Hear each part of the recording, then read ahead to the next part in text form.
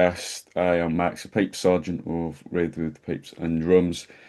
Before we kick off, I have to apologise for the lack of interviews recently. We have had some stuff come up in the pipelines, and I'm sure as you can tell by the title today, it is worth the wait because we have the senior pipe major of the Royal Edinburgh Military Tattoo Pipes and Drums, Alisdair McLaren. How are you today, Alisdair? I'm very well, thanks, mate, and thank you for having me on your show here. And yeah, it's been about a month now since I've been home, so all the way here in Australia. Good stuff. How is it? How is it life back? Normality and no tattoo, no rehearsals, no shows. It's just normality. How are you coping with it? Yeah, well, it is a massive. I think I say this to all of my team each year. It's a huge come down after a big month because you do sort of live in a bit of a bubble, and you drive off of every show, and you're a little bit like a rock star every night going out in front of 9,000 people, and then you're doing that repeatedly, every night pretty much for a full month. So coming back to reality, yeah, but is a lot different. I used to always call it post tattoo blues, as we always say, and I always tell my guys actually in the team just to be kind to themselves when they get back, and take it easy because yeah, like I said, you go from this complete bubble where everyone's not just the pipe band people, but all the acts and performers are being treated in this sort of VIP way to basically then going back to your normal lives. So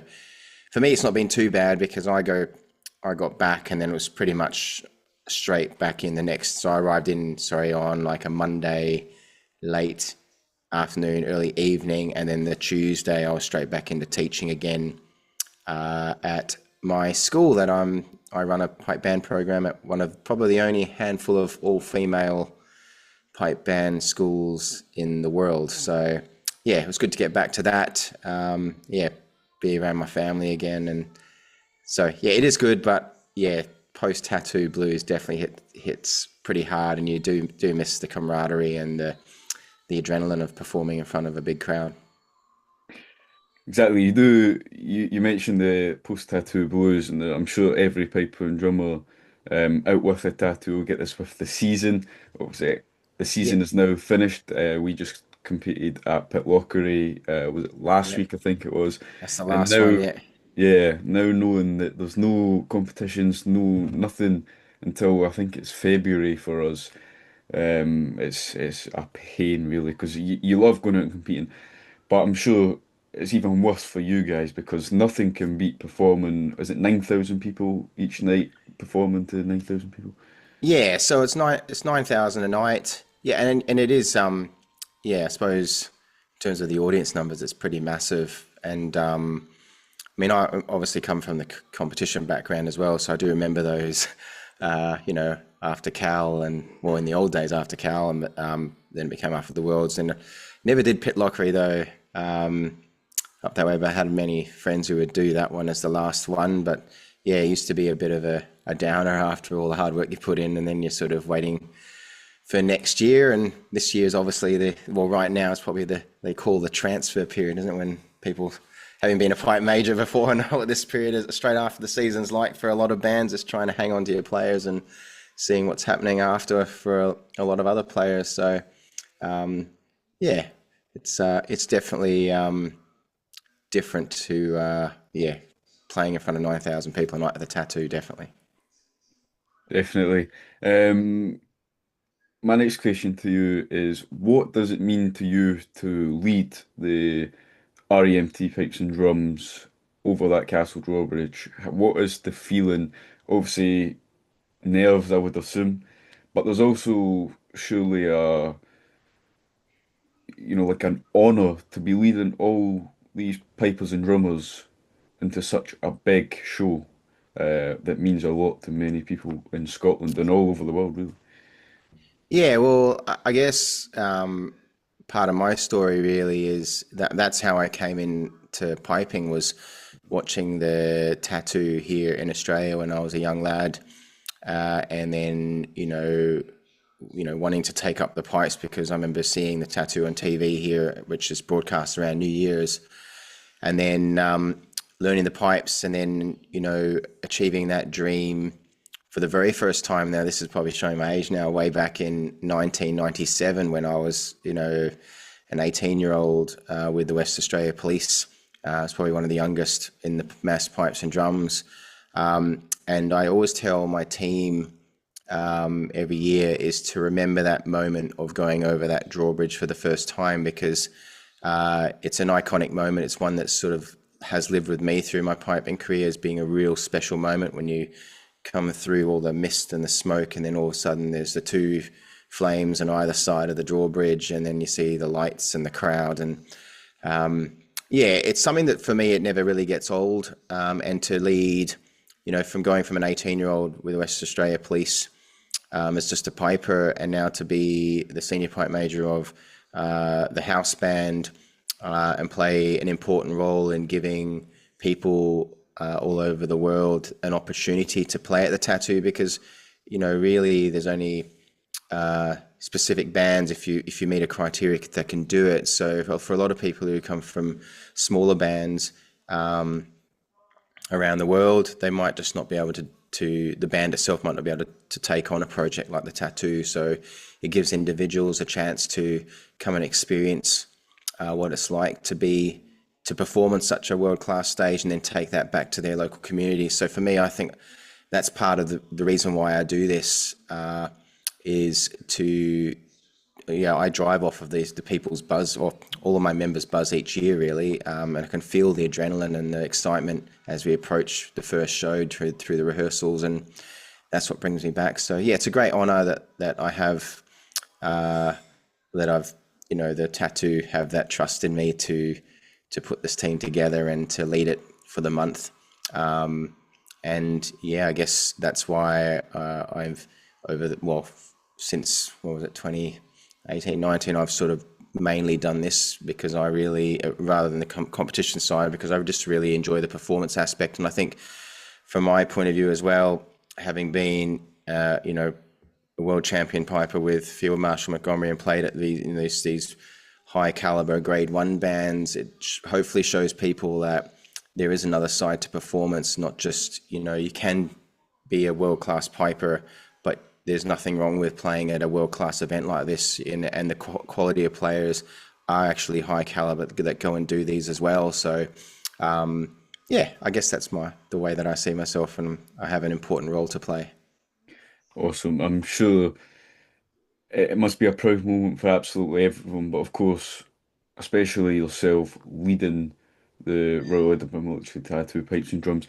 You talk about rehearsals. What were the rehearsals like for the Tattoo? Yeah, so they are pretty intense, and then probably even more so for my guys, because we don't rehearse at all leading up to the first time that we meet, which is really the Thursday prior to the week out from the first preview show. So a lot of my contact with my team is through things like this, online meetings. I do a lot of recordings and video recordings where, basically the team are watching me playing my chanter along to the tunes. And so the Thursday is like everyone arrives in. Friday we have our first band practice as the Tattoo Pipes and Drums. Saturday we do similar thing, and then on the Sunday we then meet the rest of the mass pipes and drums at Redwood Barracks, and then that's when we all start putting things together. And once we get into full rehearsal mode, so from that sort of Monday onwards, we're sort of rehearsing like during the day. There's a during the day session and an evening session. So during the day we're rehearsing together at Redford, and we're there pretty much most of the day. Then we get to go back to where we're staying at the halls of residence, have a quick meal, and then we're straight up to the castle, and we're there till like 11 o'clock at night. So it's pretty much rinse and repeat every day up until the first show. And And as you can imagine, because there's so many revolving wheels, it needs to really happen for the show to be well. It's a world renowned show, so it needs to be good. So all the of my team, especially before arriving, are aware of the uh, the first week, as we say. If you get through that first week, and then it's sort of smooth sailing after that. But everyone's prepared for it. Alistair, fair play to your team. You say really it's the week before the tattoo is when you get to meet in person and really go for it. But especially with the Belfast tattoo next year, I'm flying Yeah, over on I think it's a Saturday, which will be the first rehearsal, and then the show is on the Friday. So there's literally less than a week yeah, to go and meet everybody. So, but especially for the Royal Edinburgh Military Tattoo, it's known everywhere. So there's a lot more pressure. But I have to say, you pulled it off. It was amazing. Even oh, myself, thanks. as a piper, sitting in the stand, the goosebumps just it's amazing. And when you just see all the bands march over that drawbridge, nothing can beat that. Yeah, it's iconic. They call the castle the silent performer because it's basically this amazing backdrop, but without the castle really. I know the show's phenomenal, but it plays an absolute important role every year. And yeah, the silent performer. We actually played a tune this year composed by uh, the director of Army Bagpipe Music, Ross McCrindle. He composed a tune called "The Silent Performer." So yeah, there we go. That's the castle. Awesome. Um, and I'm sure many people would have saw your channel as well. You did interview quite a few performers, um, Yeah, and kind of some parts you discussed about your downtime in the tattoo. yeah. What is the typical day in the life of yourself and your team leading up to a show, from the morning to the show? So look, I guess once we're up and running and we're just performing each night, unless there's any issues that have happened in the previous night or things we need to fix in terms of reads and etc. Because the reads do get a battering through the month. And so if there's none of that stuff to do, then it's just minor admin, that sort of gets done through the day. But I sort of give my guys pretty much the day off. And the only thing I ask for them is if they're doing anything specific in the show that they do a run through on the practice chanter, prior to getting dinner or something like that. So realistically, most people's day starts really late. I mean, we don't get back in, to be honest, from a show. We don't walk off the Esplanade until 11 o'clock or something. So we get back to base around midnight, and then as you're buzzing from a show, it takes you a long time to switch off from that. And plus, there's also other things that we have a cast bar and all that sort of stuff, so which shuts at 3. So it just depends on if you do go to that or you want to get an early night, etc. So if it's for me though, I try and, because I've done quite a few of these now. I mean, my plan generally is to try and get up early in the morning and go for a run. So I'm very much into sort of running, swimming, cycling, and all that sort of stuff. So I try and get a run around the base of Arthur Seat, and sometimes I'll venture up the top to get a view, and then then basically it's breakfast, get a coffee, get out, go for a walk, get a coffee, and then explore. I go around with my camera. I've been doing my vlogs this year, and then my afternoon I sort of leave there vacant. If anyone wants to run through music or needs to run through anything, then I'll catch up with them. And then really it's dinner time around about 4:30ish, and then you've got to be dressed and ready and mustering at the bus at 6 p.m. to then head up to the castle. And then it's just rinse and repeat every day. Everyone knows the routine after a while. You basically, like for me, I grab an in-ear pack. I've got some in-ears that I wear through the show that link me up to some of the main, like the Highland Dancer set, so I can hear a click track that's being run from the stage band down in the moat. We do the big blow at the top of the castle, and then we basically come down. There's a lot of sort of sometimes PR stuff that we have to do. This year was a very cool thing with meet the we were out on the Esplanade prior to the show starting, so the audience members could actually come and have a chat to the performers. So that was quite a cool thing. So yeah, every day is pretty much very similar once you get into a routine. But you know, sleep's quite important as well. I try and tell my guys, if you can get a spare afternoon siesta here and there, then take it, because obviously the main role is to be fit for the night. Awesome. And you mentioned running up off a seat, all that sort of stuff. Yeah, Obviously you're based in Australia, so it's like a little holiday. As much, well, it might not be called a holiday because you're always busy working for the tattoo, but I'm sure even apart from the tattoo, nothing will beat the views from off a seat. Even when I go up there, it's like, wow, this is amazing. yeah. Um, Yeah, I sort of use it as my second holiday, really. Well, it's my second home Scotland, because obviously I lived there for, what was it, 13 years. So I actually really look forward to coming across and just getting a change in scenery for running and cycling, just those things. Because, yeah, I mean, obviously it's beautiful here in Australia. That's why I moved sort of back home. But there are some things that we just don't get here that Scotland have. That's, absolutely amazing. So yeah. well, I will say you do get the sun, we get the rain. That's one thing. Well, that's right. Yeah. Um, Awesome. So this year, what was the most memorable show or moment in a show this year? Well, I'll give you a couple, because most memorable show is probably the one that didn't happen, I would have to say, because it was the first time in 75 years that the Tattoo had to cancel a show. So that was probably quite memorable, because it was like the first Monday of the whole run, really. So we had already done the preview shows on the Thursday prior, and then the opening night on the Friday, and then the first two shows on the Saturday. And then we normally have our cast sort of barbecue thing on the Sunday, and it started to filter through, mainly when we were at the Scotsman, I think, afterward, that the possibility there was going to be a cancelled show. And most of us were like, nah, they'd never cancel a show. There's no way. It's never been cancelled. And then literally all the confirmation started coming in that they had to, because all the weather warnings that the weather bureaus were predicting. And I suppose they just can't take that risk. If something happened, then you sort of, these days with insurance and things like that, you'd be screwed. So that was definitely a one that stood out. But in terms of the shows itself or items, a lot of the items are really good this year. But I think I'll probably stick to more the piping side of things. I mean, I really enjoyed the Tattoo 75 set, which it featured really pieces, like standout pieces over the 75 years of the show. And a lot of those tunes are classics, like, I don't know,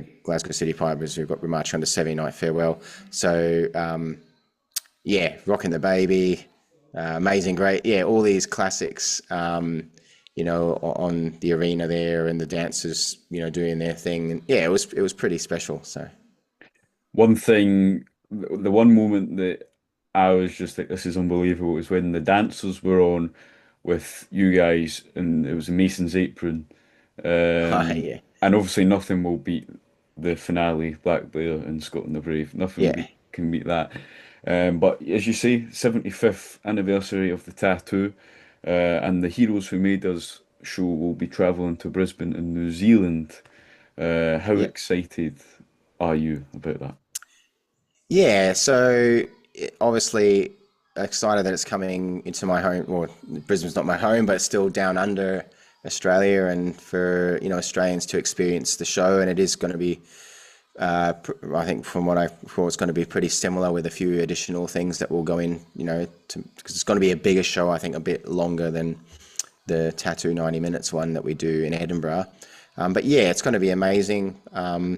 It was that you can sort of feel the vibe over there. I was over there for the press launch earlier on in the year, in both Brisbane and Auckland. So yeah, I think Australians are going to love it. I mean, I think the Brisbane shows are pretty much sold out. So, and there's like four shows already, and the stadiums there are bigger than the Esplanade. So they're it's like a rugby league stadium, Suncorp in Brisbane. So the capacity of some of these venues can sometimes get up to 20,000 people. So That's going to be absolutely amazing to perform in even a bigger, it's not good. It can never replace the castle, obviously, but to perform in front of 20,000 people is pretty special. So that'll be cool. And then, yeah, then to play in Auckland at Eden Park, which is the arch nemesis or the All Blacks home ground. So that's obviously our rivals over here. But to do the tattoo on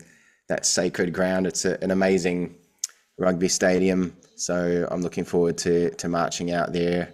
And yeah, as an Australian, to be the senior point major for the tattoo band, it's going to be a special moment for me to do that on home soil. Of course, we kind of, this next question we've kind of answered already, but looking back to your YouTube channel, I did see one video where you guys mentioned about going to the World Pipe Band Championships. Did Yeah. you get to go this year, or was it a busy time for the tattoo? No, we do. I try and encourage the guys to go over if we can, because obviously, when I lived in Glasgow and worked at the piping centre, I always used to say that there's two parts of the piping world happening at the same time. You've got the competitive side and the festival, the Piping Life Festival that we used to run, or still runs. Not we used to run. I used to be a part of. Happening in Glasgow, and all these bands descending in to try and become world champions, and then you've got the Edinburgh Festival and the tattoo happening in Edinburgh. So it's quite a lot happening for piping and drumming at the same time. So yeah, for the guys, we all went. Yeah, we had a bus booked to take us across, but obviously we needed to leave early to come back. So for me, it's really good because I get to catch up with a lot of friends, as many as I can in the one day, from all the different bands. I mean, this year I was actually supposed to be playing in grade one again, back with the Bog Hall band with Callum Watson, who was my pipe major in the youth band. So, but I actually, prior to going to Edinburgh this year, which I probably didn't mention before, I actually never was very close to not making it this year because I had a last minute operation on a bowel obstruction before about 5 weeks out from leaving. So that put a lot of things into a bit of a spin. So I had to pull out of competing this year, but and focus on the tattoo band itself. But anyway, so I made it across, obviously, and that was all good. But it was just good to see the world. And it's good to see, for me anyway, living here. I don't get to hear like I used to, hear top quality pipe bands all the time, but it just allows me to then retune my ear in and to ensuring that I'm still maintaining my standards when I come back home here. So Perfect. The world's it's such a busy time in August for piping as a whole. You oh, see the it's amazing. tattoo in the world. It was my first championship at the world's in our band as well. So I'll never forget it because my first year in the band and pipe major came over and presented me with a pipe sergeant rank for next season. It's Oh, something I'll brilliant, never mate. forget. Yeah. Um, A great, yeah, great opportunity to learn as well, because I spent years as a pipe sergeant, so it's a really good place to learn some great leadership skills there. So yeah, well done. yeah, it definitely is. I was quite shocked to be honest because I've not even been in the band. Well, it'll be coming up a year in October, but I mean, piping is my life. You put the dedication into it and contribute into it, and you'll get all that back. So Yeah, that it's all worked yeah. out. But yeah, I mean, it's good to see that you've got to go to the Worlds. I mean, I would be gutted if I couldn't go to the Worlds if I was you guys. Um, I've done quite. I see. It's probably I've been spoilt though, mate. So I do try and tell my guys who have never been there before. You definitely have to go to the Worlds. I guess when you've been, I guess, well, for me, I don't know. I've lost count. I've been playing at the Worlds since this is showing my age again. Probably my first Worlds was 1998. So I've come through, and I think I've only, well, since moving back home, I've missed them. But basically, since I moved to Scotland in 2007, I played at every single Worlds all the way through till I moved back. So, but yeah, it is a different feeling, the Worlds, and I mean it's a really good place to test yourself and to build some confidence in your playing if you've done the work, and yeah, it's something to go for. as a young piper like yourself, it's, uh, yeah, I think competition is a very important part of piping to help develop your skills. Even though a lot of people are afraid to compete, but I always say you should give it a go because it can be fun as well if you treat it that way. Definitely. Correct me if I'm wrong here. There were 19 different nationalities this year. Yeah, And you're right. Yeah, so 19. Yep, in our team, in my team this year. Yeah, incredible. how did it feel to sit down with some of the players from abroad, and kind of learn about their passion for the pipes and drums? Yeah, I mean, so I did a little bit on my YouTube channel with this one. And it's really cool to see the backgrounds from a lot of these guys. I mean, we had one of the it's probably the largest contingent I think this year was from our Brazilian counterparts. So and to hear about their background and that they're for them, the tattoo's the pinnacle for them. It's what they dream of doing. So from there to we've had members from Uruguay, Argentina, Germany, Switzerland. Some of our Swiss pipers, actually, the two guys I had on my channel, they're from a really remote region, and you wouldn't believe, that there'd be actual bagpipes there. So it's interesting to hear their stories and how and why they take up the pipes. For some of them, it's purely they've seen the tattoo and they want to do that, or they have some form of link to Scotland in some way, or yeah, it's quite special. Or they simply were in their city walking through their town and they saw one of their local pipe band playing, which could have been in Germany or something, and then they thought, oh, I'll give that a shot. That sounds really cool. And there's the next thing you know, down the line, they're standing at Edinburgh Castle. So it's amazing how small our world is, and how far we reach, though. So I think that's what makes why every year when I see the diverse team that I have, it really makes it makes why I took up pipes special. And you can go anywhere in the world and you'll see someone or bump into someone that knows that person, etc. So yeah, I don't think there's many instruments that can do that. Definitely, definitely not. Um, the next question kind of merges together, but a lot of people like myself will be waiting for this question. Obviously, there are many people like myself that aspire to perform in the tattoo one day. What is your advice and tips to young pipers, or even anyone in the pipes and drums that aspire to be in the tattoo and perform on that Iceland? What is your advice? And for yourself, is there anything else you want to achieve in piping? I know there's a lot you've achieved already, but is there anything that can top that? Yeah, I guess for if there's anyone out there looking to do it, I guess from my point, I've got a good mantra that I've lived by for a while now, and it's conceive, believe, achieve. So I guess for me, when I was younger, I saw the idea of playing at the castle, being the lone piper one day, and then it was just believing. And same with winning a world championships. Saw bands doing it, or that's what I wanted to do. And I just honestly believe that that's what I wanted to go and achieve. And then the final one achieve is going out and doing it. Working as hard as I could, work as hard as you can, and keep trying to improve yourself as a player.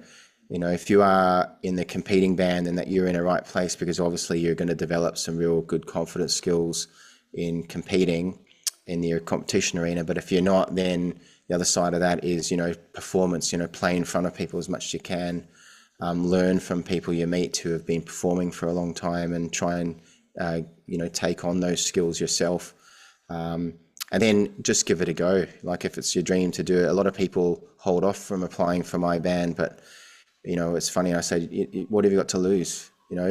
If you get knocked back a first time, then you just go for it the next time. And there's always the opportunity opens every year, really. So don't just wait and wait, as you'll watch time pass by, and then you'll never get to do it. So in terms of dreams, though, I think for me, look, I still have I'm probably getting a desire back to win grade one again, but I guess we'll see how that goes. I mean, in terms of Australia and here, my girls' school that I teach, the Presbyterian Ladies College, I'd love to develop a really good juvenile pipe band. You know, obviously at the moment starting in novice juvenile B, but you know, the aspiration obviously is the top juvenile bands in Scotland with, you know, Dollar and George Watson's. That'd be amazing if I could do that here, but obviously it's a lot difficult when you're in, you know, over in Scotland, everyone lives and breathes it. Where here it's a little bit different. Everyone, you know, likes to go surfing and swimming and other things. So maybe one day, but if I can see some of my students doing what I've done, then that will make me a happy person. But yeah, that's probably the main driving force at the moment, and passing on my knowledge to as many people as I can to help drive them on to achieve their dreams and goals. That's, I think, part of my role here in Australia, is to try and do that and bring my experience back that I had in Scotland and say that it's achievable.